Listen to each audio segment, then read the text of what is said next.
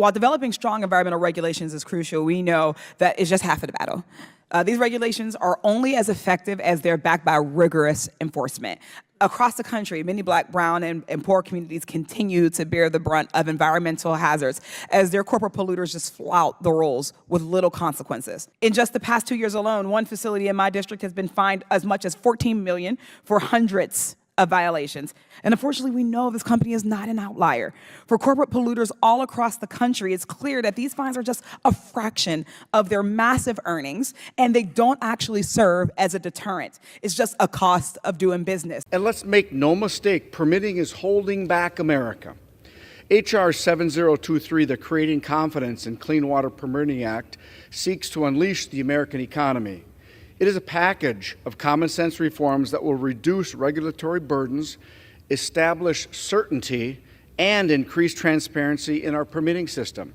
The reality is that America has been wrapped in a bureaucratic morass. We've been wrapped in red tape. It's impossible to do things like build roads. It's impossible to deploy things like transmission that are critical to help to renew and update the grid, the electrical grid.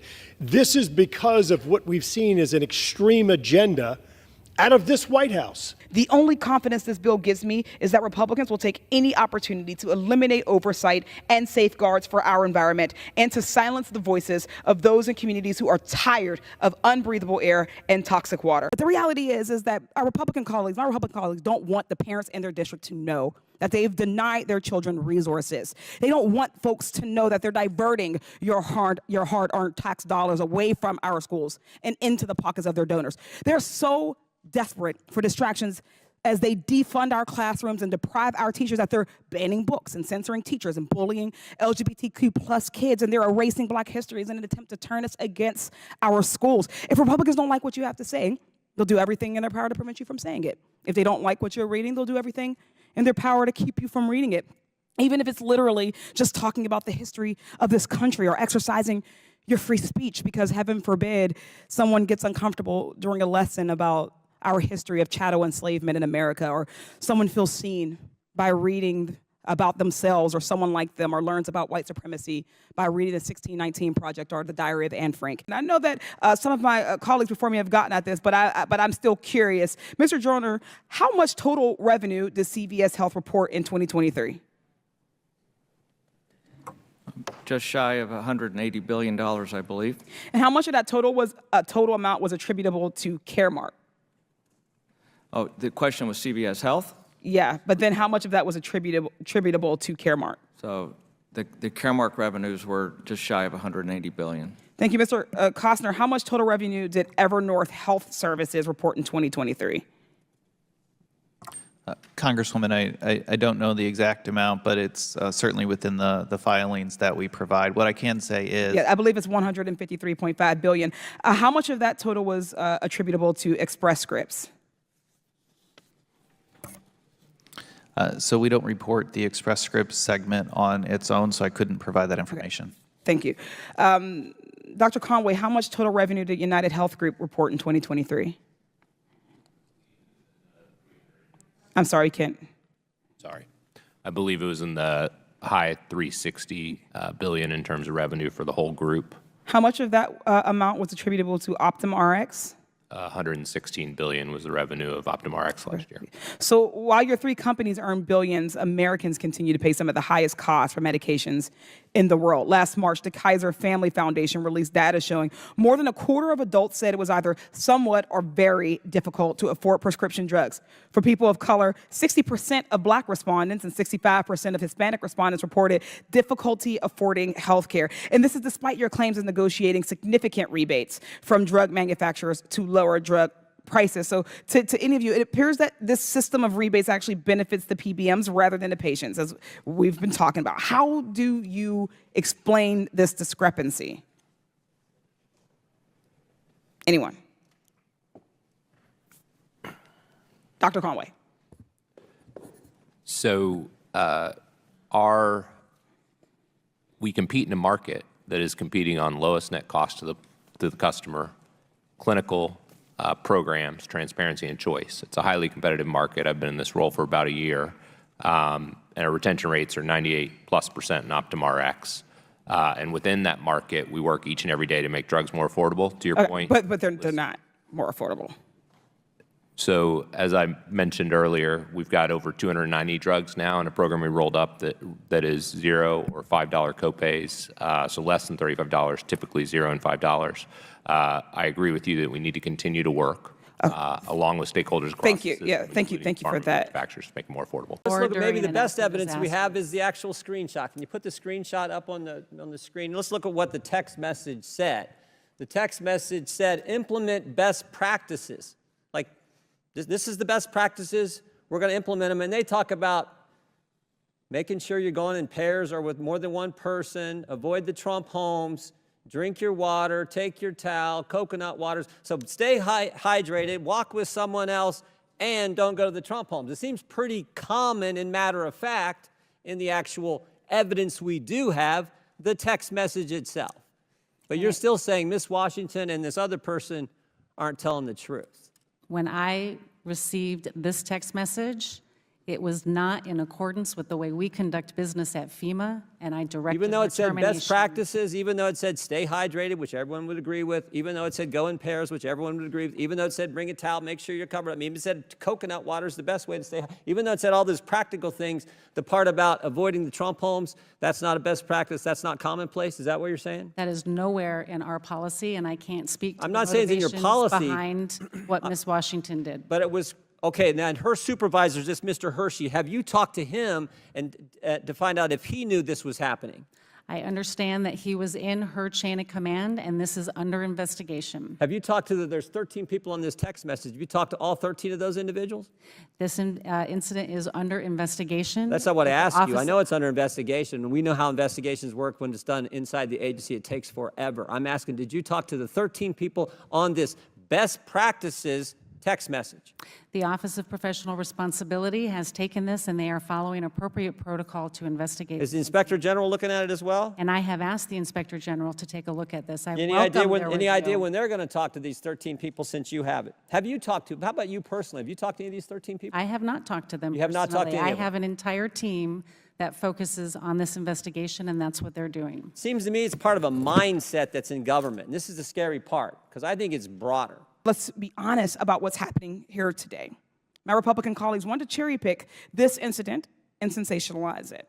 Well, the reality is that for decades, there has been different treatment by FEMA, for instance, towards Black and brown communities. Hurricanes Katrina, Maria, Ida, Florence, Harvey, we all saw communities of color served last or not at all. And those are difficult to discuss, but important. Several reports and investigations confirmed what those of us who are part of those communities already knew, that white disaster victims were helped first and with more money than Black people of color, even when the damage was the same. Rather than fixate on a single incident, this committee should be working to ensure that the entire system is equitable for all Americans and that we're building on the work of the administration to make that so. Thank you, Mr. Chair. And I would also like to thank Administrator Criswell for being here with us today on a very long day, obviously. But let's be real, what FEMA does has never been more critical, because right now, climate change has completely flipped the script. Storms like Milton and Helene hitting landlocked states, that was unthinkable not too long ago. But now we've got places like Asheville, North Carolina, 2,000 feet above sea level and hundreds of miles from the coast, getting wrecked by hurricanes and extreme weather. So Administrator Criswell, as we're seeing more frequent and intense storms, what new challenges are you seeing emerge for your agency? As you mentioned, Congresswoman, we are seeing events like we have not seen before. I mean, I can think back to a year ago with the wildfires in Maui that were happening at the same time that we had a hurricane in the Pacific heading towards the desert lands of California. The types of events and severe weather events that we are seeing at a scale that we have not seen previously. I mean, as an example, 117-ish disasters last year, and we have over 170 already declared this year. The challenges we face is making sure as we are rebuilding these communities that we do so in a way that makes them stronger against future storms, and not just the risks that they faced in the past, but the risks that they will face in the future. Certainly.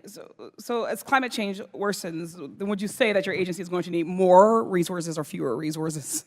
I think we will definitely need more resources to be able to keep up with the pacing demand of the events that we've been responding to. Certainly, it doesn't take a genius to figure that one out. More disasters in more areas mean more help will be needed. The climate crisis is here. Pretending that it doesn't exist or that it won't get worse only harms the people that we have been sent to this body to represent. For the sake of not only my constituents, but people all over the country who may face natural disasters they've never even thought to prepare for, I hope that we can all come together to give the American people the help that they deserve. That means making sure that FEMA is fully funded and that they are serving all survivors of natural disasters. While we're reflecting and analyzing our disaster response, I'd like to ask you, Administrator Criswell, what has FEMA done to ensure that all communities, particularly the most marginalized, are being fully served? How has there been improvements since previous storms where we have seen critiques or even difficulties in administering service? You know, I have served as a local emergency manager, and I understand what it is like to be a customer of FEMA. I have seen people within my own communities that have had a hard time accessing the programs. One of the first things that I did was change some of our policies to ensure that we understand everybody's unique needs. For example, we know that many homeowners in all parts of the country don't have traditional mortgages or traditional deeds to their homes, and so we expanded the types of documentation that we accept from people so they can access our programs. These are the kind of barriers that were affecting people everywhere, and we wanted to make sure that everyone that was impacted by a disaster could access our programs with minimal amount of barriers. Those are the changes that we've made. We continue to make more. There's more work to do. Certainly, but those are such critical steps that we've seen results from. So we thank you for that. I don't think it can be stressed enough how important FEMA is going to be in the years to come. The climate crisis means recognizing that we're about to see weather events we've just never expected. Hurricanes ravaging inland communities, uncontrollable wildfires, as you've mentioned, across more areas of the country, uncontrollable tornadoes, floods, severe storms that are upending lives. Every dollar not invested in FEMA now is just going to burn us in the years to come. When communities are level, it costs more money to fix. We have no choice but to invest if we don't want to see communities completely erased after climate catastrophes. I agree with my colleagues across the aisle that partisanship has no place in distributing government services and aid, neither does race or socioeconomic status. That being said, as more and more of our constituents are affected by increasing natural disasters, it's more important than ever that we maintain that same commitment to nonpartisan distribution of aid in the coming years. I thank you again for joining us and for your testimony today, and I yield back. Thank you, Mr. Chair, and thank you, Administrator Regan, for sharing your time with us today. Environmental rules and regulations aren't just important for tackling the climate crisis. They're essential for addressing the toxic legacy of environmental racism and injustice. Growing up in the Mon Valley of Western Pennsylvania, I saw firsthand the devastating effects of unchecked pollution. Back then, when I was growing up, I didn't quite have the language or the expertise to explain the science of pollution, but I had my years of experience living in an environment where the air we breathed was harmful. I knew that wherever you were, if you were black or you were brown or you were poor, you were likely breathing toxic air too.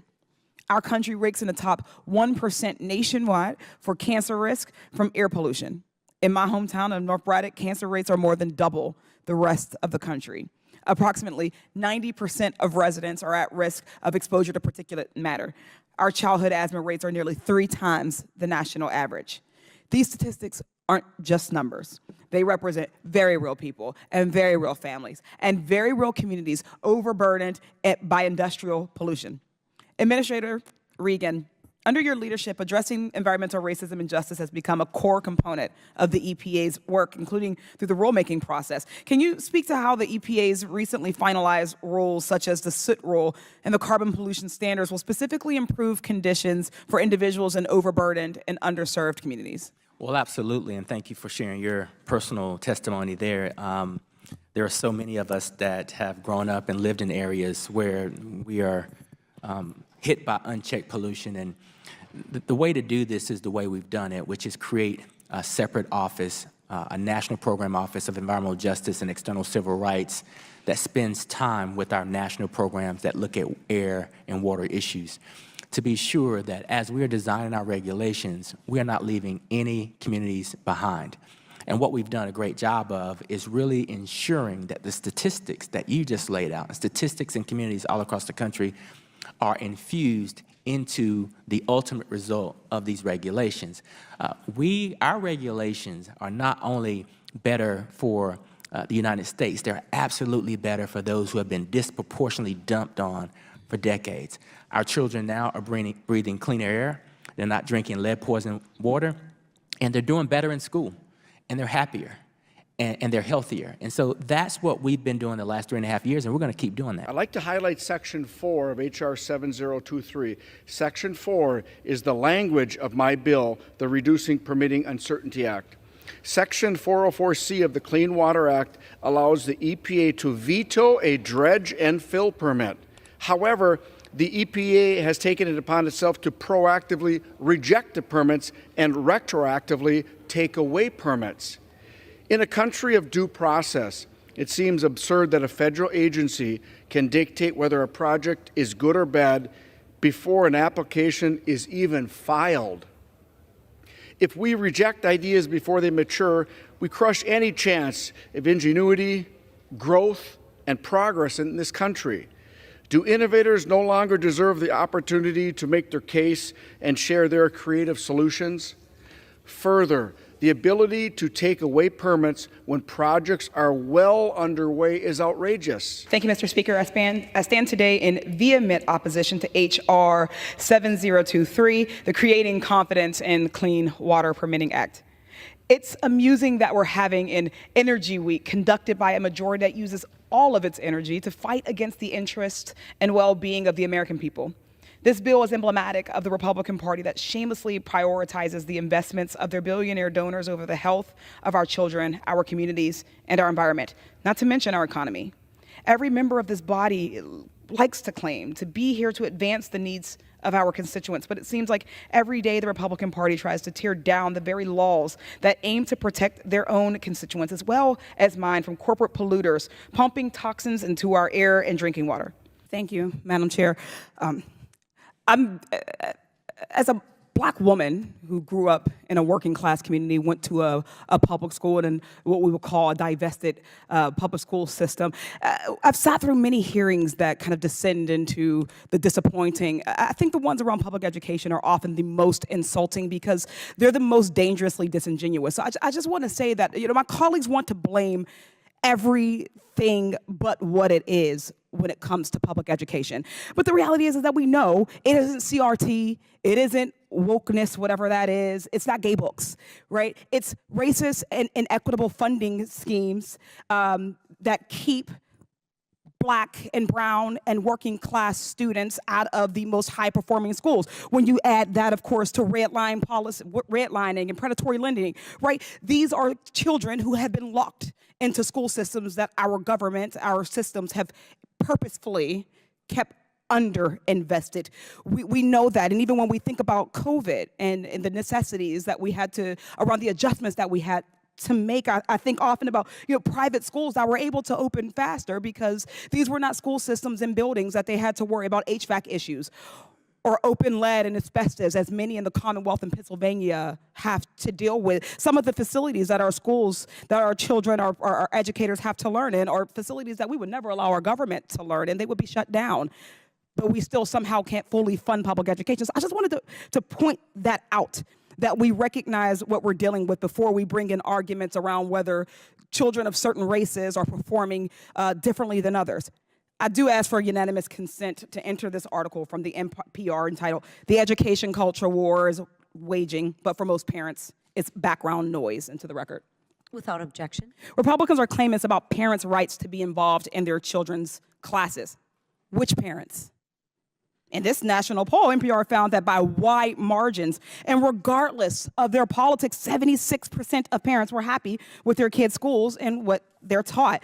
Just 18% of parents weren't happy with the way gender and sexuality was taught. 19% say the same about race and racism, and 14% feel that way about U.S. history. These numbers show what's really happening. Teachers are being forced to bow to a very vocal minority. Chair now recognizes Ms. Lee from Pennsylvania.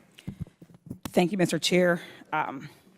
In Southwest In southwestern Pennsylvania, we are deeply familiar with the consequences of concentrated corporate power in our healthcare systems. Whether it's a hospital system, a health insurance conglomerate, or both combined, the consequences of healthcare monopoly are always the same: higher costs, reduced access, and worsened health outcomes. And with health insurance companies like United Health, Cigna, and Aetna, it's evident that through their monopoly power, they've been able to rig our healthcare system to prioritize profits over patient health, capitalizing on each level of the drug supply chain to boost shareholder returns. Stick in there. Last year, OptumRx's former CEO testified before the Senate Committee on Health, Labor, Education, and Pensions. She explained that some of your customers, quote, choose to compensate us for the savings we generate and the services we provide by opting for us to retain a small fraction of discounts we negotiate with pharmaceutical manufacturers. For companies that choose this compensation model, what percentage of the discount you negotiate with drug companies does OptumRx retain on average? The majority of customers choose 100% rebate pass-through. On average, across the entire book, it's 98% of rebates that are passed through to our customers. Your former CEO stated that, quote, other customers prefer that we pass along 100% of the savings we negotiate. So on average, how do clients who choose this model pay OptumRx as an administrative fee? They have a set of choices in how they pay us. Some of them choose administrative fees. There's a set of options that we provide to them transparently that they select and how they reimburse us for our services. It's clear that the savings you are claiming to be providing to patients are either woefully inadequate or not reaching them at all. I look forward to working with my colleagues to rein in PBM monopoly power and lower drug costs for all patients. And I thank you all for your time. I yield back.